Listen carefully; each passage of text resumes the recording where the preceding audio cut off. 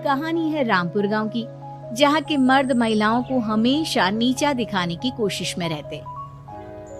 अरे अभी तक खाना नहीं आया, क्या मुझे एक और शादी करने की जरूरत है? नहीं जी नहीं, ऐसा मत करना, वरना मैं कहाँ जाऊंगी। खाना लेकर मैं अभी आई जी। गांव की पंचायत में भी फैसले हमेशा औरतों के खिलाफ ही रहते। मैं जो फैसला सुनाता हूँ वो भगवान की आज्ञा होती है। इस लड़के ने अपने मन से शादी करके अच्छा नहीं किया। लड़के को घर भेज दो और इसकी शादी इसकी जाति की किसी लड़के से करवा दो, लेकिन ये लड़के, इसे तो गांव के बाहर निकाल दो। नहीं नहीं जमींदार साहब, ये क्या बोल रहे हैं? ऐसा नहीं हो सकता। मेरी बेटी मासूम है, इसे अच्छे बुरे की समझ नहीं है।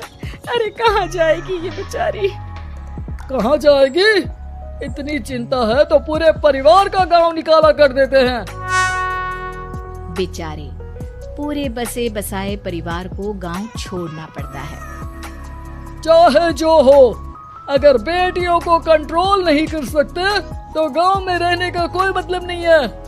यहाँ औरतों को दब कर रहना होगा। कोई भी अपने हिसाब से कुछ नहीं कर सकता, सब ईश्वर की मर्जी से ही होगा। तभी गांव का एक आदमी दौड़ा दौड़ा आता है। सरपंच साहब, जमींदार साहब, वो कालिया है ना, उसकी बेटी पढ़ने के लिए शहर जा रही है। अच्छा, ये कब हो गया? और कालिया की हिम्मत कैसे हो गई ऐसा करने की? लेकर आओ उसे और उसकी बेटी को। बस फिर क्या था, हाजिर हो जाते हैं कालिया और उसकी बेटी सरपंच के सामने। अरे कालिया, ये क्या सुनने में आ रहा है? बेटी को इंजीनियर बना रहा है तू? और ये बता, गांव में तो स्कूल नहीं है, फिर कहां से इतनी क्लास पास कर गई तेरी बेटी? राधा, जो कि कालिया की बेटी है, उसे लगता है कि सरपंच उसकी तारीफ कर रहे हैं। सरपंच जी, मैंने ऑनलाइन पढ़ाई की है, डिस्टेंस लर्निंग से। सभी में मैंने अच्छे नंबर पाए हैं, जिसे देखते हुए शहर की इंजीनियरिंग कॉलेज में मुझे स्कॉलरशिप मिली है। वाह जी वाह, क्या होती है ये? पहले तो ये बताओ, फिर आगे की बात करते हैं। पूरा गांव राधा की बात सुन रहा था और राधा बोलती जा रही थी। तो ऐसे मैं फ्री में एक अच्छी शिक्षा लेकर गांव में जो कुछ परेशानियां हैं, जैसे बिजली, पानी और इंटरनेट जैसी समस्याओं के लिए काम करूंगी। मैं गांव को शहर से जोड़ने के लिए पुल का निर्माण करवाने का प्रस्ताव रखूंगी।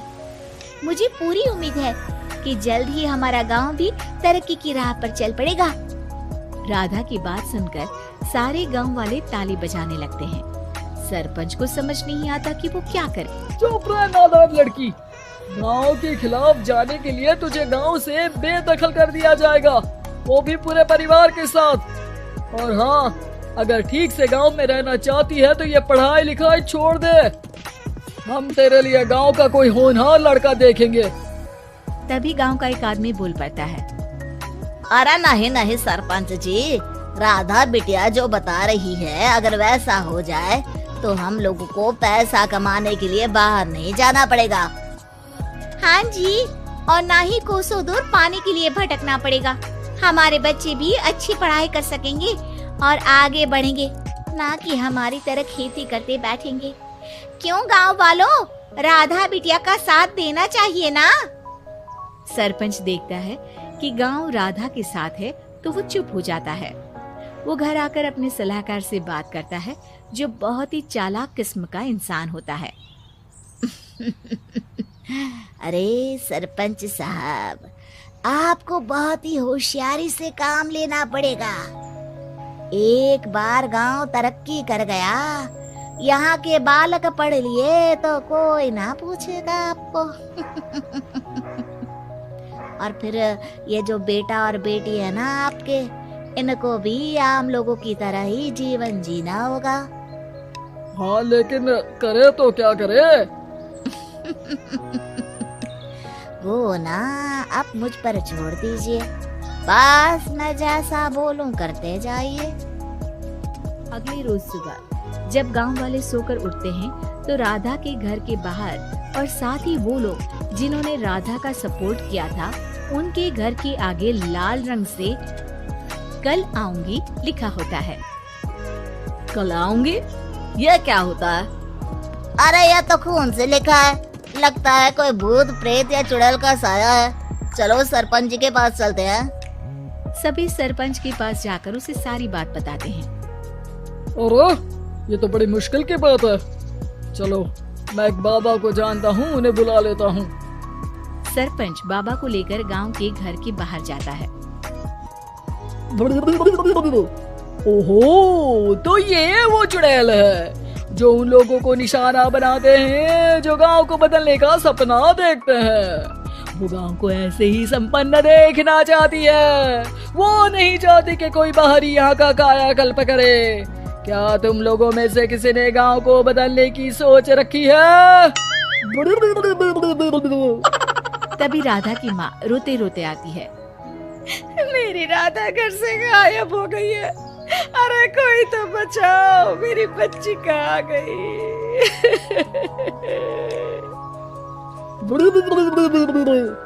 ले गई वो चुड़ैल, तेरी बच्ची को ले गई। अब वो उसे श्रापित करके छोड़ेगी, उस पर चुड़ैल का साया हो जाएगा। तभी बुरी सी हालत में राधा भी वहाँ आ जाती है। उसके बाल चुड़ैल की तरह फैले होते हैं और कपड़ों में खून लगा होता है। सभी राधा को देखकर डर जाते हैं। माँ, पता नहीं मुझे कौन उठा कर ले गया था। अरे दूर दूर हो जा चुड़ैल, अब हम लोग इस गांव में नहीं रुकेंगे। अरे कैसी बातें कर रहे हैं आप? कल तो आप मेरे भरोसे गांव का हुलिया बदलने, अपने बच्चों को पढ़ाने और तरक्की उन्नति की बात कर रहे थे, तो आज क्या हो गया आपको? ये फिर तुम लोगों को बहकाएगी। ये चुड़ैल गांव में आ चुकी है, ऐसे ही ये तुम्हारे घर के बच्चों को भी ले जाएगी। गांव वाले राधा को गांव से बाहर निकाल देते हैं। उसके माँ बाप रोते रहते हैं, लेकिन गांव वाले नहीं मानते। मैं भी अपनी बहन के साथ गांव के बाहर रहूंगा, लेकिन वो पढ़ाई नहीं छोड़ेगी। वहीं सरपंच के घर पर सलाहकार कहता है। देखा, सांप भी मर गया और लाठी भी नहीं टूटी। लेकिन अगले ही दिन सरपंच के घर के बाहर भी वही शब्द लिखे होते हैं। और फिर सरपंच की बीवी कहती है, हमारी बेटी को किसी ने अगवा कर लिया है। तभी राधा का भाई वहाँ आ जाता है। अरे गांव वालों, मैंने सरपंच जी की बेटी को देखा था। वो चुड़ैल उसे उठाकर ले जा रही थी। अरे क्या मजाक कर रहे हो? नहीं नहीं सरपंच जी, आप नहीं जानते। वो चुड़ैल अब आपकी बेटी में आ जाएगी, जैसे राधा के अंदर आ गई थी। तभी सरपंच की बेटी वैसी ही हालत में वहाँ आती है जैसे राधा आई थी। पापा, पता नहीं कैसे मैं गायब हो गई थी। चुड़ैल, इसके अंदर भी चुड़ैल का साया है, मारो इसे।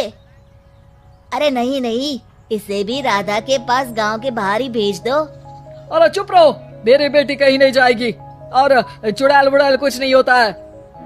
अरे कैसे बात कर रहे हो सरपंच जी? आप तो बोल रहे थे कि आपका फैसला भगवान का ज्ञान होता है, तो अपने पर बात आई तो अब आप ऐसे बोल रहे हैं। अरे ना ना ना, आपको अपनी बेटी को त्यागना ही होगा। अरे बुलाओ बाबा को। राधा का भाई बाबा को ले आता है, जिसे अब गांव वालों के डर के कारण सच बोलना पड़ता है। मैं कोई बाबा नहीं हूँ, मैं तो मोची था। ये सलाहकार महोदय ने मुझे कहा था एक्टिंग करने को। अब वो मुझे पैसे देने वाले हैं। अब मुझे माफ कर दो। गलती हो गई, मुझे माफ कर दो। तभी वहाँ राधा आ जाती है। देखा सरपंच जी, जब गांव के बच्चे साक्षर होंगे तो आप जैसे लोगों की चालाकी नहीं चलेगी।